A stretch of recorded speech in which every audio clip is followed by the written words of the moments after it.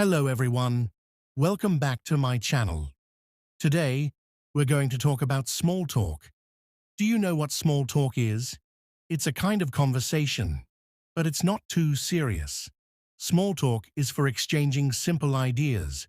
We use it to break the silence, connect with people, or make new friends. It's like saying, "Hey, I see you. Let's talk about something light." Imagine this. You're meeting someone for the first time. Maybe it's at a party, in the office, or even waiting for a train. What do you say? You don't know them well yet, so you probably won't start with your life story. Instead, you begin with something simple. For example, "Hi, how's it going?" Or "Beautiful weather today, isn't it?" These short, friendly lines are part of small talk. Small talk happens everywhere, in shops, cafes, elevators, buses, parks, or even in line at the grocery store.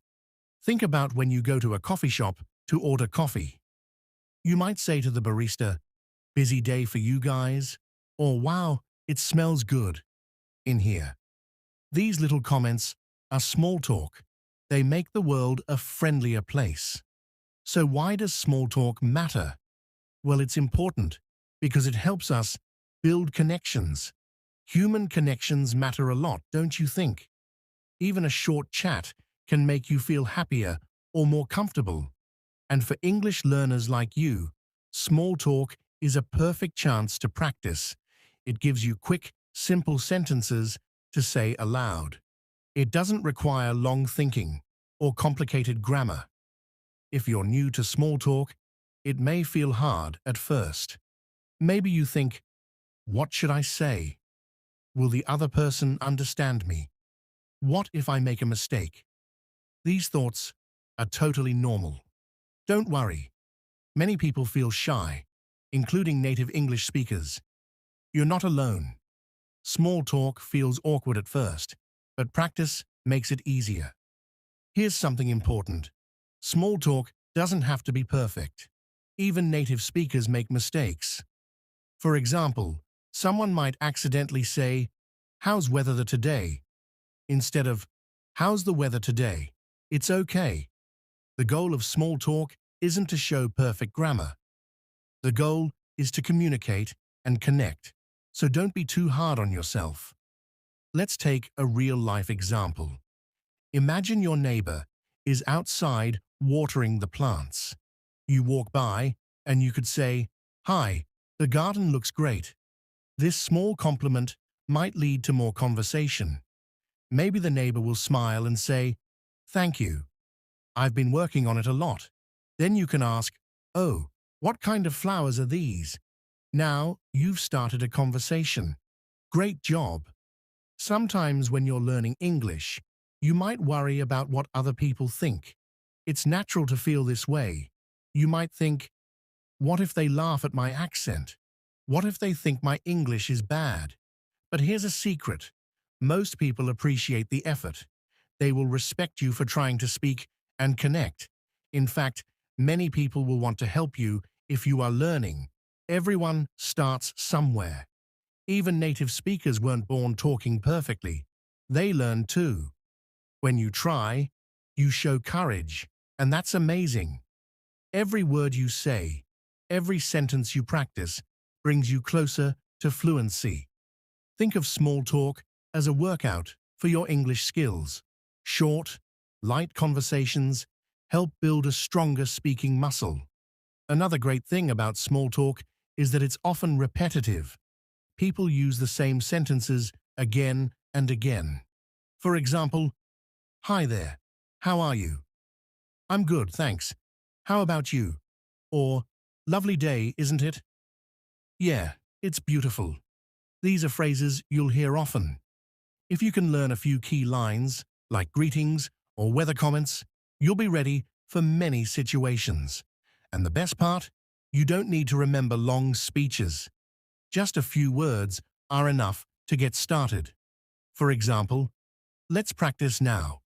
Imagine you're at a bus stop. Someone stands beside you. You want to talk. What could you say? You could try, The buses are really slow today, aren't they? This shows you're open to chatting. The other person might reply, yeah, they really are. I hope it comes soon. Just like that, you're having a conversation. Or imagine you're in an elevator. It's quiet, and someone is standing next to you.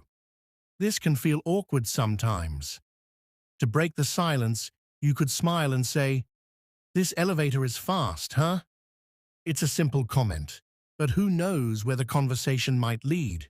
Maybe you'll find out you work in the same building, or you like the same coffee shop. Remember, small talk is not about being perfect. It's about being friendly. Being friendly matters more than grammar or vocabulary. For example, if you say, "Nice day isn't," instead of "Nice day isn't it," it's still okay. The person will understand your meaning. Conversations are not grammar tests. They're about connection. Sometimes people might just smile and not reply much. That's okay too. Maybe they're shy or they don't feel like talking. It's not about you. Don't take it personally. The important thing is that you tried. Not everyone will want to chat, and that's normal. Here's a tip. Watch how native speakers use small talk. Pay attention in movies, TV shows, or real life. What do they say when they meet someone new? Listen for patterns, common phrases, and topics. Then try to copy these phrases in your own conversations. Think of it as learning through observation. Let's practice some simple phrases now, just to get you started. Hi, how are you? Wow, it's so cold today. Lovely weather we're having, isn't it? Do you come here often? What a long line. Do you think it'll move fast? Small talk topics are usually simple. Avoid heavy topics like politics or personal problems. Instead, stay light. Talk about the weather, the scene around you, or even a compliment. For example, "I love your bag. Where did you get it?" People love compliments, and they can lead to fun conversations. Now here's your challenge for today. Try small talk with one new person. It could be someone at work, school, or even a friendly shopkeeper. Just say something simple like, "Hello, how's your day going?" Don't overthink it. You're practicing, and that's what matters most. Finally, don't forget to relax. Small talk is meant to be fun and casual. Enjoy it. You're not just improving your English. You're building relationships, learning about culture, and becoming more confident. Every word you say helps you grow a little more. Part 2. Welcome back. Let's keep exploring how to use small talk in your daily life. By now, you know that small talk is simple, light, and a great way to practice your English. But where do you start? What should you say first? Don't worry, we'll figure it out together. Every conversation begins with a greeting. This is like opening the door to talk in English. There are many ways to greet someone. You can say hi or hello. These are very common and simple. If you want to add more, you can say, "Hi, how are you?" or "Hello, how's it going?" When someone greets you, don't panic. You can answer in a few words. "I'm good, thanks. How about you?" Or "I'm doing well, thanks for asking." These are polite ways to reply. Even if you're not feeling great, it's okay to say, "I'm okay, thanks." Small talk is about being polite and positive, so keep it light. Let's think about where you might use a greeting. Maybe you're in an office, walking past a coworker. You could say, "Morning, how's everything?" That's a casual way to start small talk. Or imagine you're at a cafe. The barista smiles at you. You could say, "Hi, busy morning?" See how easy that is. It's just one sentence, and you've started a friendly chat. After a greeting, what's next? A good topic. Small talk doesn't have to be about anything big. Start with what's around you. Look around. Is the sun shining? Is it raining? Talk about it. The weather is one of the most common small talk topics, especially in English-speaking countries. For example, you can say, "It's so hot today, isn't it?" Or, "Wow, it's been raining all day." These are safe, easy comments. The person might reply, "Yeah, it's very hot today," or, "I know, I wish it would stop raining." Then, you've already started a conversation. Good job. If you're inside and the weather isn't a good topic, try something else. Talk about what's happening. For example, if you're in a long line at the grocery store, you can say, "Wow, this line is so long today," or "They're so busy, aren't they?" The other person will probably agree, and then you can keep talking. Now, I know what you're thinking. What if I run out of things to say? This can happen, but that's okay. A great way to keep the conversation going is to ask simple questions. For example, do you live around here? Do you come here often? What do you like to do on weekends? Asking questions shows that you're interested in the other person. It also makes the conversation flow naturally. People usually enjoy talking about themselves, so when you ask questions, it makes them feel good. Let's practice together. Imagine you're at a gym. Someone is using the treadmill next to you. After your greeting, you could ask, "Do you work out here often?" Or, "How long have you been coming to this gym?" These questions are easy introductions, and they fit the situation. Another tip is to listen carefully. Small talk is not just about speaking, it's also about listening. When the other person talks, focus on their words. Nod your head or say to show you're listening. If they mention something interesting, ask more about it. For example, if they say, "I love traveling," you can ask, "Oh, really? Where have you traveled to?"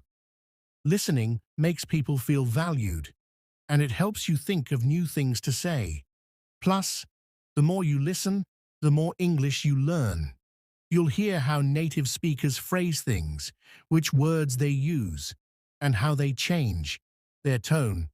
This will help you improve your speaking skills in the long run. Sometimes, though, small talk doesn't go as planned. Maybe the other person doesn't respond much. Maybe they give one-word answers, like yeah or no. If this happens, don't feel bad. It's not your fault. Some people are shy, busy, or simply not in the mood to talk. It doesn't mean you did anything wrong. Just smile and move on. Now let's talk about another important part of small talk, your tone of voice and body language. These matter just as much as your words, even if your English isn't perfect. A warm tone and friendly smile can make all the difference. When you speak, try to sound relaxed and happy. Don't rush your words. Speak slowly and clearly. This makes it easier for others to understand you. And remember to smile. A smile shows you're friendly and open. People are more likely to talk to someone who looks approachable. Your body language also tells a story. Stand up straight, but don't look stiff. Face the person you're talking to and make eye contact. These small actions show confidence. If you're nervous, that's okay. Just do your best. Confidence comes with practice. Now let's talk about mistakes. Mistakes are part of learning, so don't let them stop you. For example, you might accidentally say the wrong word. Maybe you say, "It's a snowy day," when it's actually sunny. What can you do? Smile, and laugh it off. You can say, "Oh, silly me. I meant sunny." Most people will laugh with you, not at you. Mistakes often make conversations memorable. They show you're human, and nobody expects you to be perfect. In fact, if you laugh at your own mistakes, it shows confidence. So when you mess up, remember, it's no big deal. Every mistake teaches you something new. As we wrap up this part, here's a quick challenge for you. Think about someone you see often. Maybe it's a neighbor, a co-worker, or the cashier at your favorite shop. The next time you see them, start with a greeting. Say, "Hi, how are you?" Or, if it's easier, comment on something simple like, "Wow, it's so cold today, isn't it?" Just one sentence. You can do it. Remember, every small conversation helps you grow. Say, "Hi, how are you?"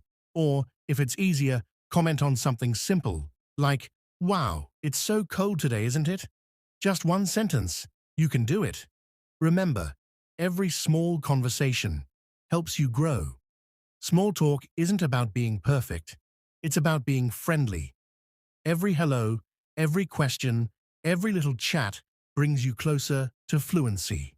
So smile, say hi, and keep practicing. You're doing an amazing job, and I'm so proud of you. Part 3. We've talked about greetings, topics, and how to use body language. Now let's dive into some specific situations where small talk happens. Knowing how to handle these situations will make you feel more confident in your conversations. Imagine you're at a party. Parties can be a little scary because there are so many people. You might feel nervous or unsure about who to talk to, but guess what? Most people feel the same way. Starting a conversation might be easier than you think. At a party, you can begin with something simple. For example, if you're meeting someone for the first time, you could say, "Hi, I'm your name. What's your name?" If you've already met them, you could say, "Hi, nice to see you again. How have you been?" These are polite and friendly openers. After the introduction, what's next? Look around the room. Is there music playing? Is there food on the table? You can comment on these things. For example, "The music is great, isn't it?" Or, "This cake looks amazing. Have you tried it yet?" These light comments can spark a conversation. What if the party is for a special event, like a birthday or wedding? You can use the event as your topic. For example, at a birthday party, you could say, "Wow, the decorations are so nice. Did you help set them up?" Or at a wedding, you might say, "The bride looks so beautiful, doesn't she?" These comments are positive and help you connect with others. Now, let's switch to another place where small talk happens often. Workplaces. If you're working in an office or with a team, small talk is very common. It helps build relationships with your coworkers and makes the workplace more enjoyable. When you see a coworker in the morning, greet them with a smile. You could say, "Good morning. Did you have a good weekend?" Or, "Hello, how's your day going so far?" These are casual, friendly ways to start small talk at work. Lunchtime is another great opportunity for small talk. Imagine you're sitting with a colleague in the break room. You could ask, "What did you bring for lunch today?" Or, "Do you have a favorite cafe around here?" These questions are light and easy to answer. They also show that you're interested in the other person. Workplaces are also full of shared experiences, like meetings or projects. You can use these as small, obvious lessons. The importance of recording yourself, whether it be a video or an audio clip, and then going back and listening to yourself. Use audio or video recordings to monitor your speaking skills and identify areas for improvement. This will help you overcome your fears because you're recognizing the points at which you struggle, the patterns, the words, the expressions that really cause you to feel a bit uncomfortable. Here are 3 reasons why this technique is so powerful. Reason number 1. It helps you become aware of your pronunciation intonation. Maybe they have a stronger accent. Maybe they feel like their pronunciation isn't that good. In order to remove that fear, record yourself and then review what you recorded, and you'll start to improve your pronunciation. Many times, English learners, and maybe even you, experience fear because they feel like the individual they're speaking with will not understand them. Reason number two, you can track your progress over time and celebrate going back to affirmations, celebrate your improvements, and finally, it allows you to practice self-correction and develop a critical ear, recognizing your mistakes and correcting them before you get into a conversation. Technique number five, practice speaking in front of a mirror to build confidence. I absolutely love this one. Getting in front of a mirror and talking to yourself is going to feel odd. It's going to feel weird and awkward in the very beginning, but it works. This is a very powerful technique. You use a mirror to observe your facial expressions and your body language while speaking English, and you'll be able to self-correct. Here are 3 reasons why this is so powerful. Reason number 1. It helps you become more comfortable with how you look while speaking. When you can see yourself, you'll be able to recognize, when I say certain things, this is how I move. Let me change this. Let me adjust a bit. Reason number 2. It helps you practice maintaining eye contact and confident posture. This is powerful. Again, it helps you practice eye contact and keeping your posture in the right way. Eye contact is powerful. If all of a sudden, for those watching this lesson on YouTube, if all of a sudden I kind of looked away for the entire lesson and you didn't know what was going on, you'd feel a little bit awkward. Now, when I look at my screen as I'm teaching you, I always make sure to come back to you and give you eye contact, because eye contact is important when you're speaking to or with someone. Reason number 3. Speaking in front of a mirror is important because it allows you to focus on your mouth movements for better pronunciation. You notice that, right?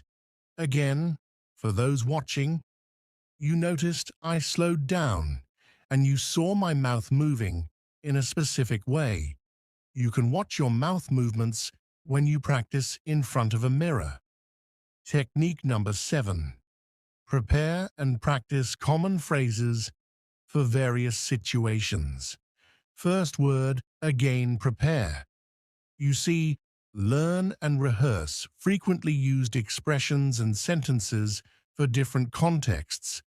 When you keep a notebook, we talked about journaling in one of our previous lessons as well. When you keep a notebook and you write down new phrases you've learned, or these common phrases and expressions used in real life, and then practice them. When you're aloe in front of your mirror, when you're recording yourself, then when you get to an actual conversation, your brain says, we've practiced this before. Let's use these expressions. Here are the 3 reasons why this technique is so powerful. Reason number: confidence in conversations. 1. It builds your handling every day. It's all about confidence. This is why, as an English teacher, I focus so much on helping you feel more confident. My friend, listen. You know a lot. You've studied tons of books. I'm going to leave that in there. You've taken many courses. You know a lot. Now it's time for you to use what you've learned in a confident way. Reason number 2. You'll be able to respond more quickly and naturally in common situations when you practice ahead of time. Reason number 3. It helps you expand your vocabulary and improve your fluency. The more you practice, the more you'll be able to use these expressions and words in real life. Technique number 8. Gradually expose yourself to more challenging speaking scenarios. Listen, if you don't want to be afraid, if you want to feel prepared, you have to practice ahead of time. So again, you have to expose yourself to more challenging speaking scenarios. In other words, progressively engage in more complex or intimidating English-speaking situations, those situations that normally would cause you to pull back. Instead, now go directly into those conversations. Make an effort. Don't be afraid of making mistakes. Why is this technique so important? Reason number one, it helps you build resilience and adaptability in your language use. You can do it. Believe in yourself. Reason number two, you'll expand your comfort zone and improve your overall communication skills. You'll get better the more you are stretched. Reason number three, it prepares you for real-life situations where you'll need to use English. This technique is going to help you a lot because it's going to show you just how good you can be. Technique number 9, set realistic expectations for your language learning journey. Now this ties into our earlier technique where you have to set small, achievable goals. Now we're talking about setting realistic expectations. Earlier, I mentioned trying to learn 1,000 English vocabulary words in 5 days. That's not really realistic. You might be able to memorize them, but using them. So, again, understand that language learning is a gradual process and avoid setting unrealistic goals, my friend. When you want something, you must work for it. Fluency does not come in one day. It is like planting a tree. You put the seed in the ground, water it, and give it sunshine every day. You care for it, and then one day, the tree grows big and strong. The same is true for fluency. One day, a student came to me. She was very sad. She said, "Teacher, I want to speak English, but I always forget the words." I smiled and said, "Do not worry. Fluency is not about remembering all the words. It is about practice." She looked at me with hope in her eyes. "But how can I practice?" she asked. "Practice is everywhere. You can practice by talking to your friends, by listening to stories, by singing songs.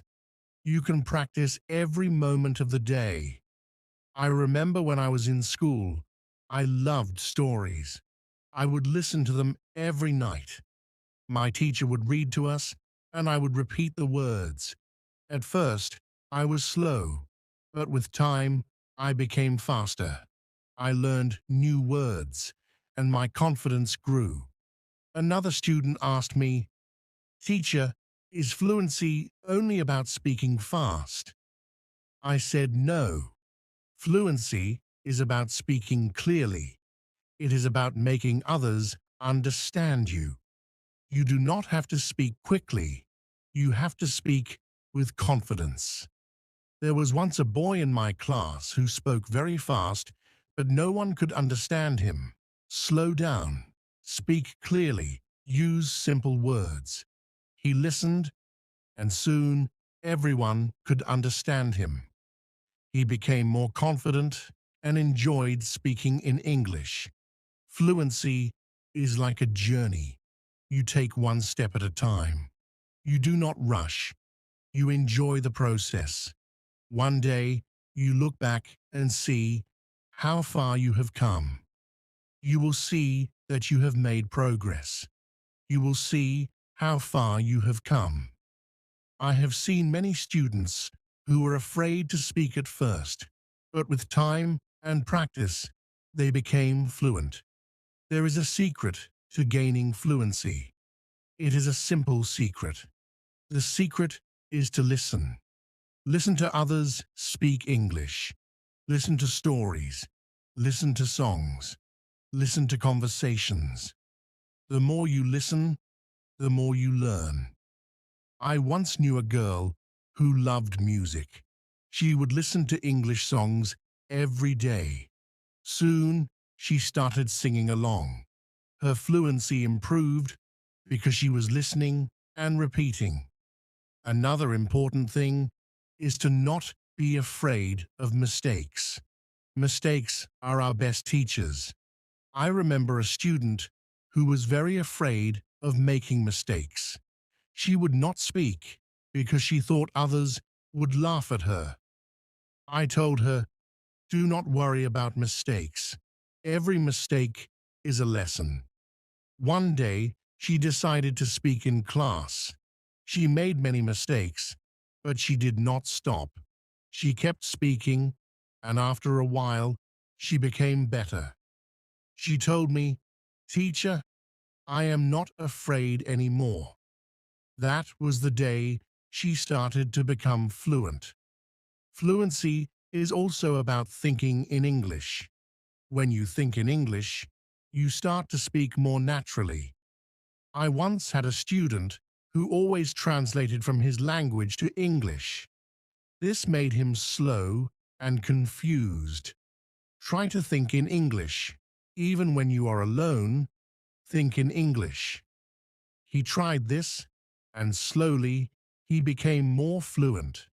There was another student who loved to talk. He would talk about anything and everything. But he had a problem.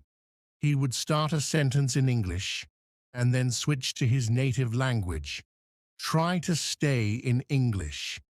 Even if you don't know a word, try to explain it in English. This helped him stay focused, and soon he was speaking only in English. Reading is another way to gain fluency. When you read, you see how sentences are formed, and you learn new words. I remember when I was learning English, I would read simple books. Every time I found a new word, I would write it down. Then I would try to use it in a sentence. This helped me remember the words and use them when I spoke. One day, a student came to me with a book. She said, "Teacher, I read this book, but I did not understand everything." I told her, "That is okay. That is okay. The more you read, the more you will understand." She continued to read every day. After some time, she came to me and said, "Now I understand much more." Her fluency improved because she was reading and learning new things every day. Fluency is also about listening to yourself. Sometimes you need to record yourself speaking, then listen to it and see where you can improve. I once had a student who did this every day. She would record herself reading a story, then she would listen to the recording and find areas where she could improve. This practice made her more aware of her speech, and soon she became fluent. Practicing with a friend is another great way to gain fluency. I had two students who were best friends. They decided to speak only in English with each other every day. They would have conversations in English, helping each other with words they didn't know. Over time, both of them became very fluent. They learned from each other. They enjoyed the process. Fluency also comes from using the language in real-life situations. When you go to the market, try to speak in English. When you are with friends, try to use English. The more you use the language, the more fluent you become. I had a student who worked in a shop. He decided to speak only in English with his customers. He said, "I don't know how to communicate with my customers." At first, it was difficult, but with time, he became more confident and fluent. Fluency is also about being curious. When you hear a new word, don't ignore it. Find out what it means and try to use it in your next conversation. I remember a student who was very curious. Every time he heard a new word, he would ask me what it meant. He would ask me what it meant. Then he would try to use that word as much as possible. His vocabulary grew, and so did his fluency. It is also important to have a goal. Ask yourself, why do I want to be fluent in English? When you have a clear goal, you are more motivated. I knew a student who wanted to travel to an English-speaking country. This was her goal. She practiced speaking English because she wanted to be ready for her trip. Her goal kept her motivated, and she became fluent before she traveled. I also tell my students to enjoy the process. Fluency does not come overnight. It takes time, but if you enjoy the journey, it becomes easier. I once had a student who loved watching English movies. He would watch one movie every night. At first, he used subtitles, but after a while, he started watching without them. He enjoyed the movies, and at the same time, he was improving his fluency. Fluency is about repetition. The more you repeat, the better you become. I remember a student who loved to repeat sentences. He would hear something in class and then say it over and over again. This helped him a lot. I remember a student who loved to repeat sentences. This helped him remember the sentences, and soon he was using them in his daily conversations. Speaking with different people also helps with fluency. Every person has a different way of speaking. When you talk to different people, you learn different styles of speaking. I once had a student who was very shy. He only spoke to me. I encouraged him to speak to other students. At first he was nervous, but with time he became more comfortable. He learned new ways of expressing himself, and his fluency improved. Sometimes it is good to practice speaking about topics you love. When you talk about something you enjoy, you are more passionate and the words come more easily. I had a student who loved football. Every day he would talk to me about football. This helped him become more fluent because he was speaking about something he was excited about. Fluency also comes from understanding that it's okay to not know everything. Sometimes you may not know a word, and that is okay. Try to explain it in another way. I had a student who always wanted to know the exact word for everything. If he didn't know the word, he would stop speaking. I told him, if you don't know the word, try to describe it. This helped him keep the conversation going even when he didn't know the exact word. A student once asked me, "Teacher, how long will it take to become fluent?" Do not stop. This student practiced every day and soon saw progress. Sometimes it is helpful to practice in front of a mirror. When you see yourself speaking, you become more aware of your expressions and gestures. I had a student who was very shy. She did not like to speak in front of others. I told her to practice in front of a mirror. This helped her become more confident, and soon she was speaking more fluently. Another student asked me, "Teacher, what should I do if I forget a word while speaking?" I told him, do not stop. Keep talking. Sometimes the word will come to you later. If not, use another word. Another word. This helped him stay calm when speaking, and he didn't worry about forgetting words. It is also important to take breaks. Sometimes your brain needs rest, After a long day of practice, it is good to relax. I knew a student who practiced all the time. She became very tired and started to feel frustrated. I told her, take a break, relax, come back tomorrow with a fresh mind. After taking breaks, she felt better and her fluency continued to improve. Fluency is also about using the language in creative ways. You can write a short story, sing a song, or even make a video. I had a student who loved to write. She would write short stories in English every day. This helped her practice new words and sentences. Soon she started reading her stories aloud and her fluency improved. Another way to practice is by teaching others. When you teach, you learn even more. I had a student who was very fluent quickly, but when he did not see progress, he became frustrated. I told him, be patient. You are making progress, even if it is slow. He listened to me and continued to practice. Over time, he saw improvement and became more fluent. He became more confident. Fluency is not just about speaking. It is also about listening.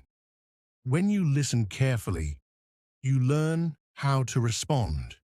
I had a student who was a good listener. I thought we would stay together, but I was wrong. The day after our father's funeral, we went to the lawyer's office. The lawyer opened the papers. He told us that our father wanted everything to be shared between us, but Daniel did not want to share. He wanted everything for himself. I sat there, shocked. Daniel looked at me with cold eyes. I deserve more, he said. I could not believe it. My own brother was telling me this. He was saying he deserved more than me. I worked hard all my life. I helped our father with everything. I never asked for more. But Daniel, he never worked hard. He never helped our father. He only thought about himself. He wanted the house, the land, and the money. He wanted it all, and he did not care about me. I looked at him. He was my brother, but in that moment he seemed like a stranger, a man who cared about nothing but money. I wanted to speak, but I could not. My heart was broken. I could not believe my own brother would do this. Daniel didn't stop there. He kept talking. His voice was loud and angry. I need this money, he said. I deserve it. I'm the older brother. I should have everything. I felt a rush of anger in me. How could he say that? How could he think he deserved everything just because he was older? I worked hard for this. I worked hard every day. And now he was taking it all from me. Daniel, this is not fair, I said. We promised to share everything. This is our father's wish. We can't break that promise. But Daniel did not care. He didn't listen to me. You don't understand, he said. You never understand. I need this money to make my life better. I need it more than you. I felt tears in my eyes. My brother, the person I loved most in the world, was telling me that I wasn't important, that I didn't matter. He left the lawyer's office that day with all of our father's things. He took everything, and I was left with nothing but my broken heart. I couldn't believe it. How could my brother do this? How could he take everything and leave me with nothing? We were family. We were supposed to take care of each other. But Daniel didn't care about family. He only cared about himself. That night I sat alone in our father's old house. I looked around at all the memories, our father's chair, his books, his photographs. They were all gone now. Daniel took them, and I was alone. It was the hardest thing I ever had to do, but I knew I had to leave, not with all the pain he caused. I packed my things. I walked out of the door. But as I left, I looked back. I looked back at the house where we grew up. I looked back at my brother, and for the first time, I felt that we were not family anymore. Days passed, but my heart did not heal. I couldn't stop thinking about Daniel, about what he had done. I still remembered his angry face, his words cutting through me like a knife. He took everything, and I was left with nothing. I tried to move on. I tried to start fresh, but it was hard. Every time I saw something that reminded me of our father, I remembered Daniel. The pain in my heart would come back. I decided to visit the lawyer. Maybe there was still something I could do. Maybe there was a way to make things right. When I arrived at the office, the lawyer looked at me with sad eyes. "I'm sorry, David," he said, "but there's nothing I can do. Daniel has all the rights now. Your father made it clear in his will." The words hit me hard. "But it's not fair," I said, my voice shaking. "Daniel doesn't care about our father's wishes. He just wants the money. He doesn't care about family." The lawyer didn't say anything. He just looked at me and nodded. I left the office feeling lost. I walked through the streets feeling like there was no way out. My brother had taken everything, and now he was gone. I went back to the house one last time. I stood outside looking at the place where I had grown up. It didn't feel like home anymore. It didn't feel like family anymore. I knocked on the door. I knew Daniel would not answer. I knew he didn't want to talk to me. But I knocked anyway. And to my surprise, he opened the door. His face was different now. He looked tired. He looked sad. "Daniel," I said quietly, "we need to talk." He didn't say anything at first. He just looked at me. But then he stepped aside and let me in. We sat in silence for a long time. Neither of us knew what to say. Finally, Daniel spoke. "I'm sorry, David," he said. "I didn't mean to hurt you. I was angry. I was scared. I thought if I had everything, I would be happy. But I wasn't happy." I didn't know what to say. I didn't know if I could forgive him. We sat in silence for a while longer. But for the first time in weeks, I felt a little peace. Maybe things wouldn't be perfect. Maybe we couldn't fix everything. But at least we were talking again. Maybe, just maybe, we could start to heal. The days after our conversation were quiet. It wasn't easy, and we didn't speak much. But something had changed between us. There was no anger, no hate. It was as if the wall between us had begun to fall, piece by piece. Daniel stayed in the house. He didn't ask for more money, and he didn't bring up the past. I could tell he was struggling with guilt, and I understood. I was struggling too. One afternoon, I came home and found him sitting at the kitchen table. He was looking at an old photograph. It was of the two of us when we were children. I didn't say anything at first. I just stood there, watching him. Finally, he looked up at me. "I miss him, Mike," he said softly.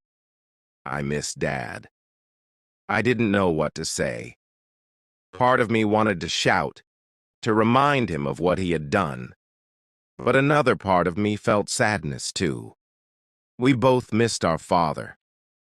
We both felt the empty space he had left behind. "I miss him, too," I said quietly. "I don't know why you did what you did, Daniel. But I know you're hurting." Daniel's eyes filled with tears. "I don't know what happened to me. I just wanted to feel important. I thought the money would make me feel that way, but now it feels empty. I can't fix what I've done. For a moment, we just sat there, not speaking. The weight of the past was heavy, but at that moment I realized something. Maybe we couldn't fix everything, but we could try to rebuild. I don't know if I can forgive you yet, I said slowly, but I want to try. I don't want to live with this pain anymore. Daniel nodded. I understand. I don't expect forgiveness right away, but I'm here, Mike. I'm trying. That night, I went to bed feeling strange. It was the feeling of something starting to change, something starting to heal. The next day, Daniel came to me. Mike, I want to make things right, he said. I know I can't fix everything, but I can start by giving back what I took. It wasn't much, but it was a start. He handed me a small envelope with a note inside. I'm sorry, the note said. This is for Dad. It wasn't the end of our story, but it was the beginning of something new. Maybe we would never be the same as we were before. Maybe we couldn't go back to the way things were, but we could move forward. Together. The days that followed were different.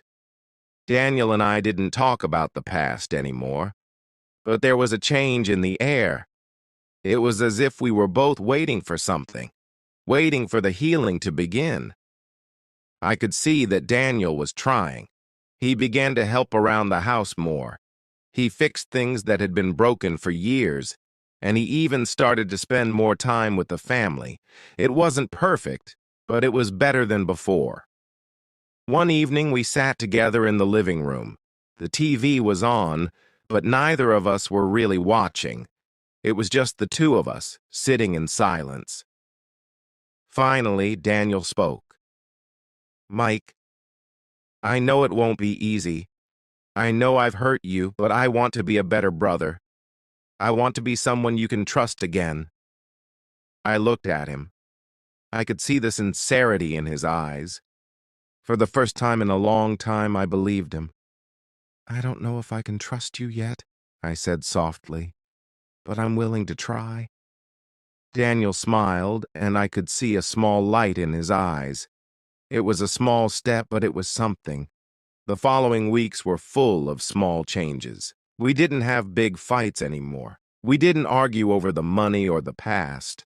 We just started to live our lives day by day, trying to move forward. It wasn't perfect.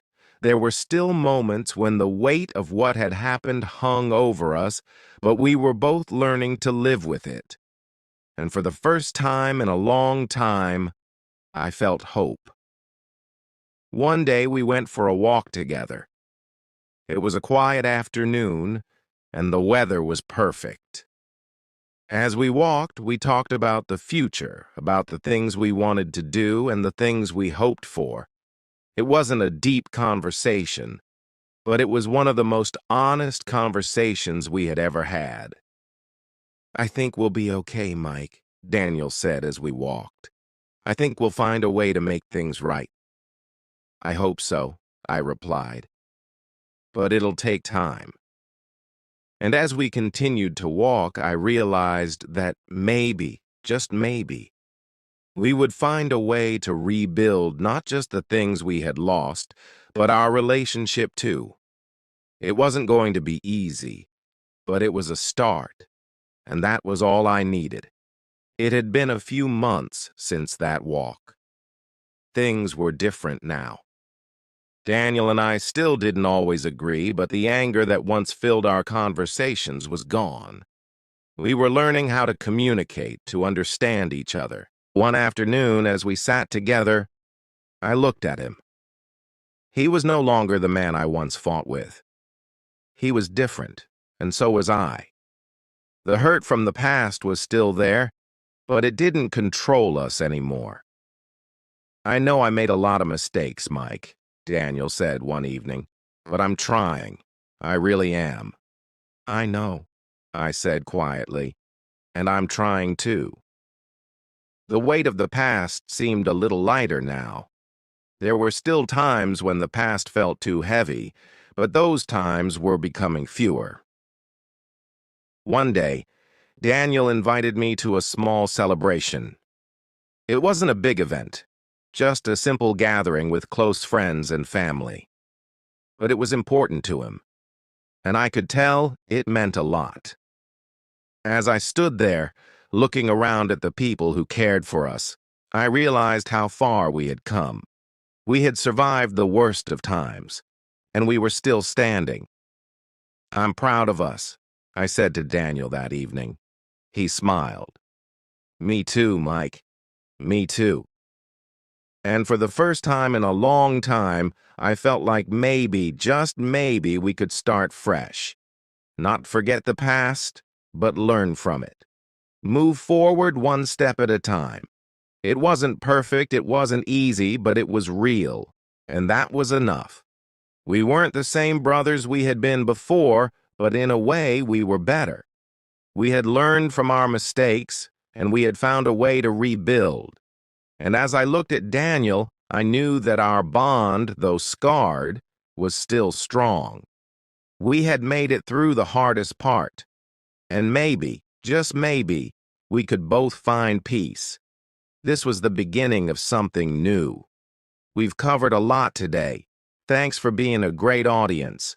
See you next time. Improve.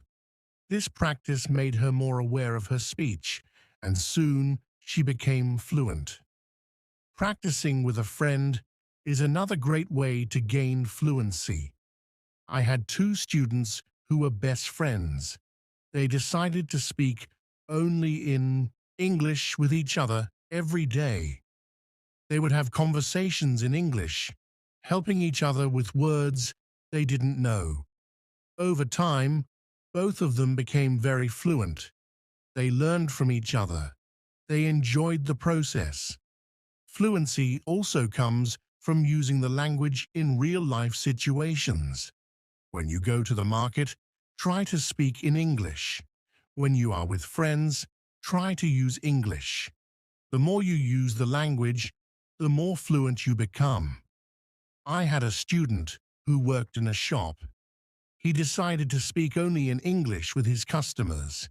He said, "I don't know how to communicate with my customers." At first, it was difficult, but with time, he became more confident and fluent.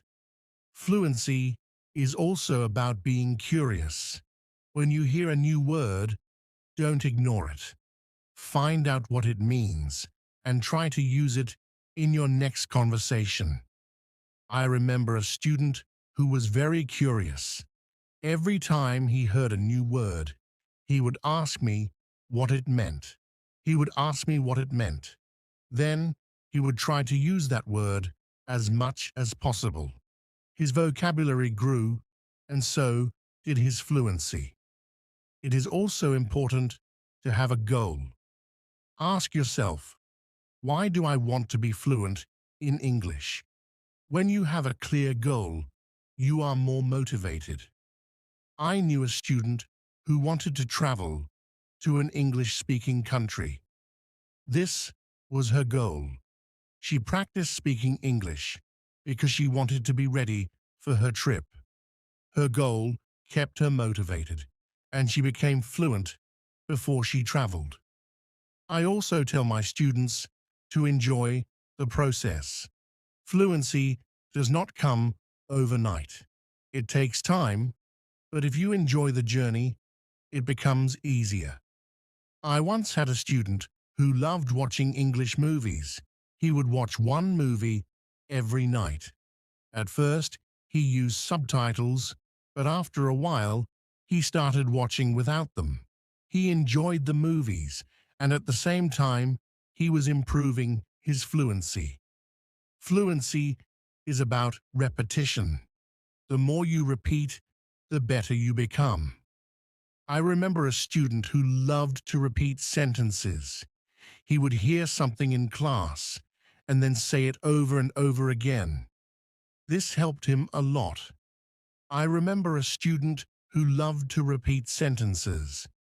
This helped him remember the sentences, and soon he was using them in his daily conversations. Speaking with different people also helps with fluency. Every person has a different way of speaking. When you talk to different people, you learn different styles of speaking. I once had a student who was very shy. He only spoke to me. I encouraged him to speak to other students. At first he was nervous, but with time he became more comfortable. He learned new ways of expressing himself, and his fluency improved. Sometimes it is good to practice speaking about topics you love. When you talk about something you enjoy, you are more passionate and the words come more easily. I had a student who loved football. Every day he would talk to me about football. This helped him become more fluent because he was speaking about something he was excited about. Fluency also comes from understanding that it's okay to not know everything. Sometimes you may not know a word, and that is okay. Try to explain it in another way. I had a student who always wanted to know the exact word for everything. If he didn't know the word, he would stop speaking. I told him, if you don't know the word, try to describe it. This helped him keep the conversation going even when he didn't know the exact word. A student once asked me, "Teacher, how long will it take to become fluent?" Do not stop. This student practiced every day and soon saw progress. Sometimes it is helpful to practice in front of a mirror. When you see yourself speaking, you become more aware of your expressions and gestures. I had a student who was very shy. She did not like to speak in front of others. I told her to practice in front of a mirror. This helped her become more confident, and soon she was speaking more fluently. Another student asked me, "Teacher, what should I do if I forget a word while speaking?" I told him, "Do not stop. Keep talking. Sometimes the word will come to you later. If not, use another word. Another word." This helped him stay calm when speaking, and he didn't worry about forgetting words. It is also important to take breaks. Sometimes your brain needs rest after a long day of practice. It is good to relax. I knew a student who practiced all the time. She became very tired and started to feel frustrated. I told her, take a break, relax, come back tomorrow with a fresh mind. After taking breaks, she felt better and her fluency continued to improve. Fluency is also about using the language in creative ways. You can write a short story, sing a song, or even make a video. I had a student who loved to write. She would write short stories in English every day. This helped her practice new words and sentences. Soon she started reading her stories aloud, and her fluency improved.